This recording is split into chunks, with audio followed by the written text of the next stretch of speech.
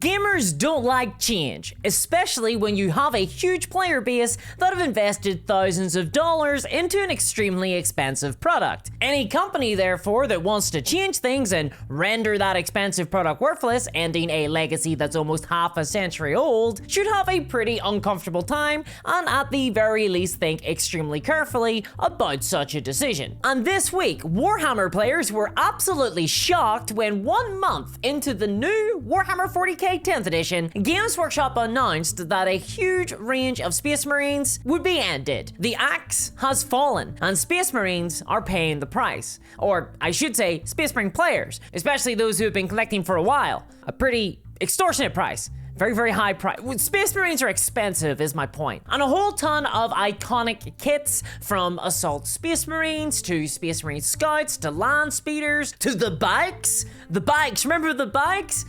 I'm gonna miss those guys. Basically, when I think the word Space Marine, these are the models I think about. All of them are all going into the cupboard, never to be seen again, alongside my Gemmel Fix-It memorabilia, signed photograph from Kevin Spacey, and that waffle iron I borrowed from Gaddafi. I'll never get the chance to give that one back.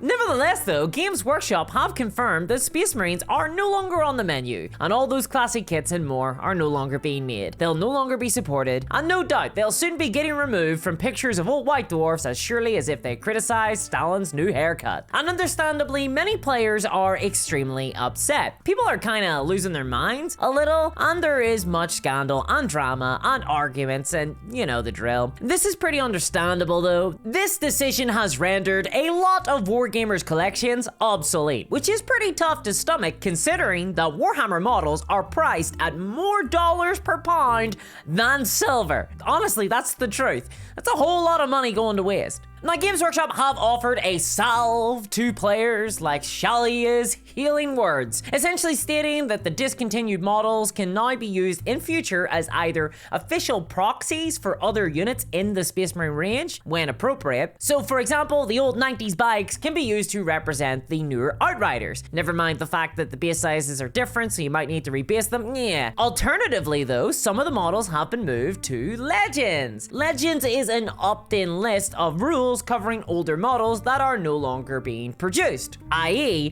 off to the freak show, Firstborn Space Marines. And while I'm fine with the proxy idea, unfortunately moving models to Legends doesn't do much for players who have invested heavily in these now undead models. Legends is an opt-in system. If you want to play with models from the Legends list, you'll need to get the consent of your opponent first. It's not assumed. And this is fine if you're playing with friends, but not so much if you're playing with someone at your local store, and it's right out if you want to play at a tournament. Legends models just aren't balanced, and they're not allowed in competitive play. And frankly, it's not normative to play with Legends models in most communities and local game stores. Insert joke here. Now that might be wrong, but it's the reality of Warhammer. Once a model moves to Legends, it's basically been retired, and you're unlikely to see it in regular games and regular play. Now in a sense, this entire execution of a lot of older Space Marine models was a long time coming. Over the last decade, Space Marines have undergone a model reformation, basically splitting into two major distinct model ranges. You've got the Firstborn Space Marines and the Primaris Space Marines. Firstborn, aside from being desired by the Witchers, are all of the old school models. These are your Catholics. They represent the older Space Marines, and much like Catholics, they come with far more religious iconography and also on 25mm bases. Primaris Space Marines, in contrast, are far more austere, tactical, and come on larger base sizes, much like Protestants. These are newer, stronger, faster, better, and in the lore, they're created with a new biological magic super soldier process. Never mind the fact that the entire setting was originally meant to be about a society in regress where things were always getting worse. Don't think about that, don't think about that, don't think about that.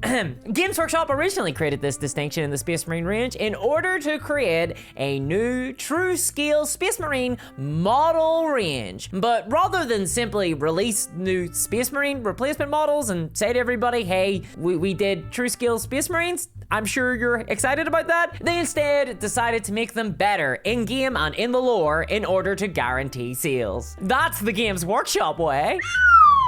And it's long been speculated by the Warhammer community that the entire Firstborn range would slowly get phased out. Like Pete Ross, Superman's childhood best friend who appears in seasons 1, 2, and 3 of Smallville, only to never be heard of or seen again, outside of a single cameo appearance in season 7.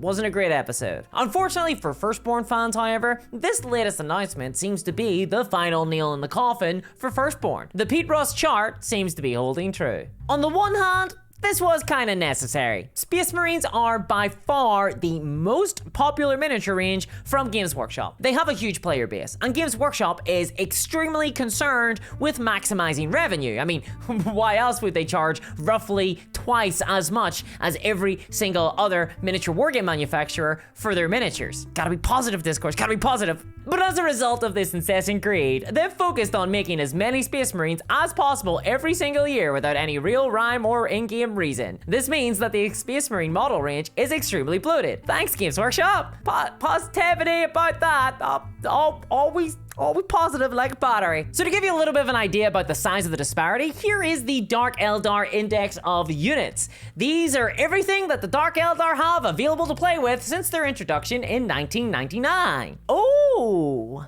In contrast, this is the Space Marine chunker.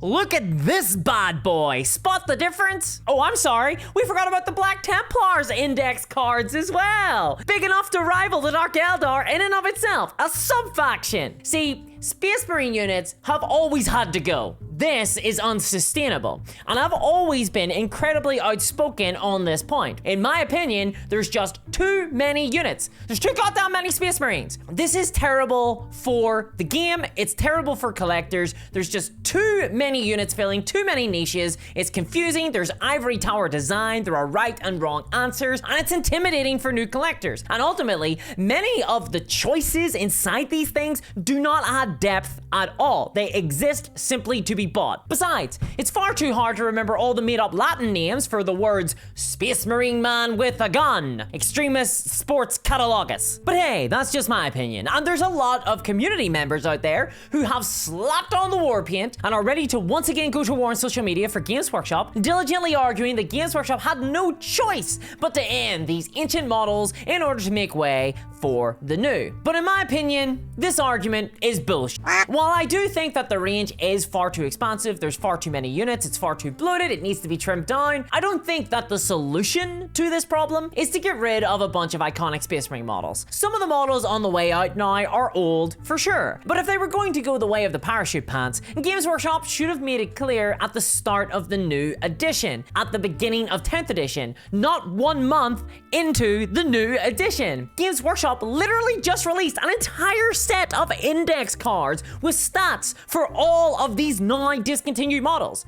These were just updated. I bought these 3 weeks ago. Bikes are in here. These are in data card packs. People are buying them right now in a store. And when we moved from 40k 9th edition to 10th edition, at that time, a bunch of other Space Marine models didn't make the transition and were put into Legends already. So the bikes and the dreadnoughts and the scouts that are all getting discontinued now, they looked pretty safe a couple of weeks ago. At the beginning of this week, it would have been pretty reasonable to assume that buying some of these models wasn't a bad idea. They had just been converted into 10th edition. Some of them were pretty good. Scouts with sniper rifles are actually pretty competitive in Space Marine lists. So it looked like Games Workshop were going to continue supporting a lot of these miniatures for a while yet. And now they're being removed, they're being ended without really much of a warning. The kits have just been dropped, and it's all incredibly sudden. And Games Workshop likely held off on this announcement so that it wouldn't sour all the good press that they were getting during the launch of 10th edition. But now that it's been out for like a month, the complaints won't really affect sales. Now, all that said, I do think that the entire Firstborn model range is being brought out back for their appointment with the wall, and they really are on borrowed time. But so too are the Primaris. I earnestly believe that the entire distinction between Firstborn and Primaris is slowly being removed by Games Workshop now that they have successfully transitioned most Space Marine players from collecting Firstborn into collecting Primaris Space Marines. And I first thought this when Games Workshop announced that the new Terminator models that appeared in the Leviathan box are neither Firstborn or Primaris. They're just a mix of both. And I think that's what we're going to see going forward. All the new miniatures are going to be a mix of both Firstborn and Primaris, and the distinction is just going to become less relevant in both the lore and in the model ranges. And I do think that we're also going to get a whole bunch of new units based on these older Firstborn kits that have just been retired. There's already rumors that we're going to see Jump Pack Space Marines soon, so they're basically replacing the old Assault Marines. We're probably going to get some new Scout replacements as well. We're going to get a new Land Speeder. We've already got modern Dreadnoughts and Tech Marines and Librarians out the bloody wazoo. All of this to sell Wargamers the same kit again when the next Space Marine Codex drops in a few months, but this time in HD. And honestly, I'm not against that necessarily. I like updated kits with higher fidelity, but Games Workshop should simply be more open about their intentions and let the player base know what the plan is. At the very least, I hope there's a made-to-order run of these older models so that people have a chance to pick some up before they disappear. I don't know, they must have a lot of stock of them. Maybe do a sale, huh? How about that?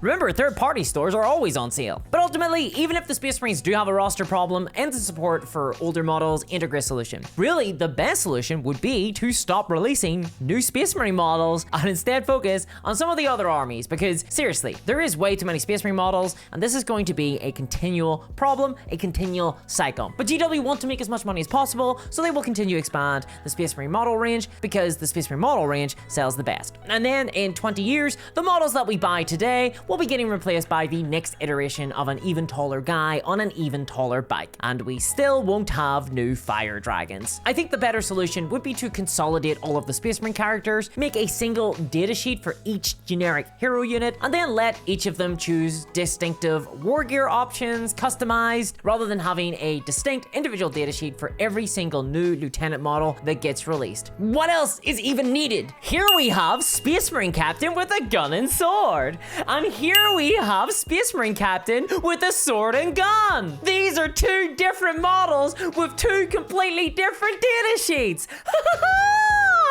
Why?